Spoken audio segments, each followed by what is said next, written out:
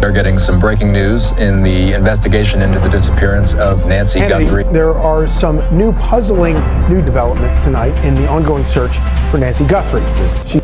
Just so upset because they've known Nancy for so long. So I got a couple of things I'm going to work on today. Because there's been a development in the search for Nancy Guthrie, the 84-year-old mother of Today Show host Savannah Guthrie. Something changed the moment investigators redirected resources toward the second location connected to Tomaso Cion. There was no public statement, no visible escalation, nothing that signaled urgency to the outside world. Yet inside the investigative command structure, the case had quietly entered a different phase. The disappearance of Nancy Guthrie was no longer being approached as a single missing person event. It had begun to resemble something organized, something that suggested preparation long before anyone realized a crime had taken place. By the time federal teams began focusing on that property, investigators had already spent weeks analyzing data. Thousands of tips had been reviewed. Digital timelines were reconstructed. Movement patterns surrounding Nancy's final known hours were examined repeatedly. What stood out was not confusion or randomness, but consistency. Key events aligned too precisely to be accidental. Devices disconnected in sequence. Activity windows appeared controlled rather than chaotic. Each element followed another with unusual order. Sequence matters in investigations because coincidence rarely produces clean timing. When events unfold in an organized progression, investigators begin considering planning instead of reaction. That realization marked the first major shift in the case. The second shift came from movement analysis. Investigators expanded beyond the night Nancy disappeared and started studying behavior in the weeks leading up to it. Locations appeared repeatedly in background data. Signals surfaced, disappeared, and then resurfaced again in ways that suggested deliberate positioning. Patterns extended beyond a single evening, forcing investigators to ask a more unsettling question. How long had this been developing? A one-night incident can be impulsive. A repeated pattern implies infrastructure, and infrastructure leaves traces. That is how attention turned toward the second property. It was not discovered suddenly or through a dramatic tip.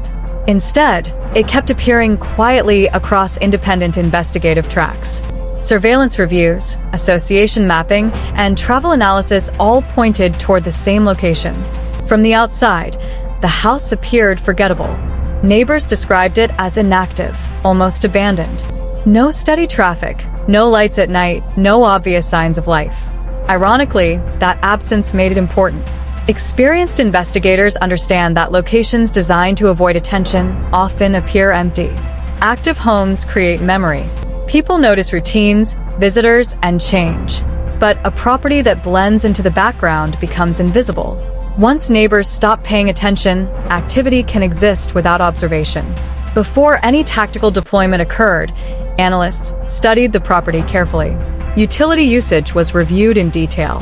A truly vacant house behaves predictably: minimal electricity consumption, stable patterns, little fluctuation. This property showed subtle inconsistencies. Power usage existed, but not in ways consistent with normal living. Something was being maintained. Surrounding camera footage was examined next. Investigators did not rely solely on cameras facing the house itself. They analyzed nearby intersections, entry roads, and passing traffic patterns. Short appearances of vehicles or signals, even lasting seconds, helped reconstruct movement. Gradually, a behavioral picture formed. Attention then shifted to Tomaso Cion's movements. His travel history, timing, and location overlaps were mapped against the property. Visits were infrequent enough to avoid suspicion, yet consistent enough to establish purpose. That distinction mattered. Once intent is established, a location stops being incidental and becomes functional within an investigation. At that point, the operational strategy changed. The property was no longer treated as a simple address connected to a person of interest. It was considered a potential operational site. Standard investigators were replaced by a tactical team trained for uncertain environments. The deployment was not based on confirmed danger, but on calculated possibility. When the team approached the house, they expected complexity. Properties connected to structured activity can contain concealed evidence, prepared defenses, or individuals whose presence is unknown. Every step was deliberate. The first impression inside was unexpected. Nothing appeared overtly dramatic.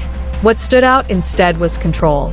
In abandoned spaces, disorder develops naturally. Dust collects unevenly. Objects shift over time. Environmental decay becomes obvious. Inside this house, that natural disorder was missing. Items were positioned intentionally. Surfaces suggested recent interaction rather than neglect. Someone had been there, and not just once. Then investigators noticed technology integrated throughout the space. Not a single device, but an arrangement suggesting coordination. Equipment placement followed logic. Coverage angles overlapped. Systems appeared designed rather than assembled quickly. The layout indicated planning, technical understanding, and sustained use. A system like that does not exist for one moment alone. It implies continuity. That realization expanded the investigation beyond Nancy Guthrie's disappearance. If the infrastructure was established long before February 1st, investigators had to consider what it had originally been created for. The question became larger than a single event. Alongside the technological setup, investigators discovered items that could not immediately be linked to the property or its registered occupants. These objects were not treated as isolated findings. Each represented potential presence, someone entering, interacting, or leaving behind evidence of time spent there.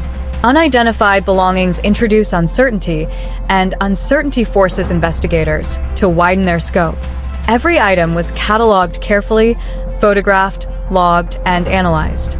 Physical evidence offers one layer of information, but behavioral interpretation provides another. Investigators asked not only what the objects were, but how they arrived in that environment. An item brought intentionally suggests preparation. One left behind suggests activity.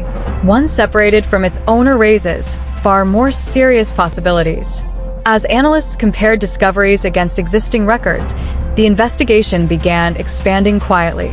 Timelines were overlaid with other cases, reports, and unexplained anomalies. This process happens away from public view because premature conclusions can compromise outcomes. Verification comes first. Meanwhile, digital reconstruction continued. Modern environments constantly generate data. Phones search for networks. Routers log connections. Devices communicate even when unused. By examining signal histories and interaction patterns, investigators attempted to rebuild a timeline of presence inside the house.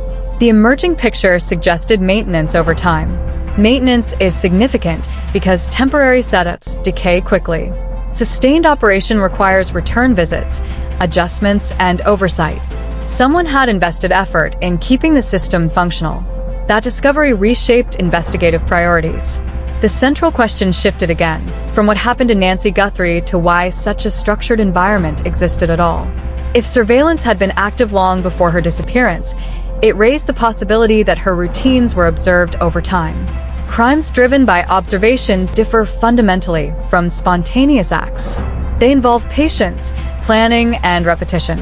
Investigators began considering who else may have intersected with that monitored environment. Surveillance captures everything within range: family members, visitors, neighbors, anyone passing through monitored space. The potential data footprint extended beyond one individual. Each new layer added complexity. Evidence increasingly pointed toward coordination rather than coincidence. Access, preparation, observation, execution, and concealment began forming a recognizable pattern. When those elements align, investigators treat a case not as an isolated event, but as part of a system. Legal implications evolve under those circumstances. Evidence connected to an ongoing structure carries greater weight than evidence tied to a single moment. It demonstrates sustained intent. But before legal conclusions can be reached, investigators must understand the purpose of the system itself. That process remains ongoing. The property that once appeared empty has become one of the most critical locations in the entire investigation. Not because of dramatic discoveries, but because of what its structure suggests. Every object, every device, every unexplained detail contributes to a larger framework investigators are still mapping. The search is no longer focused only on the night Nancy Guthrie vanished. It now examines everything that may have happened before that night began. Because in structured environments, nothing exists alone. Every action connects to behavior, every behavior reveals purpose, and every purpose leads investigators closer to understanding intent. And until that intent is fully understood, the investigation remains open, expanding carefully, piece by piece, toward an answer that may reach far beyond what anyone first imagined.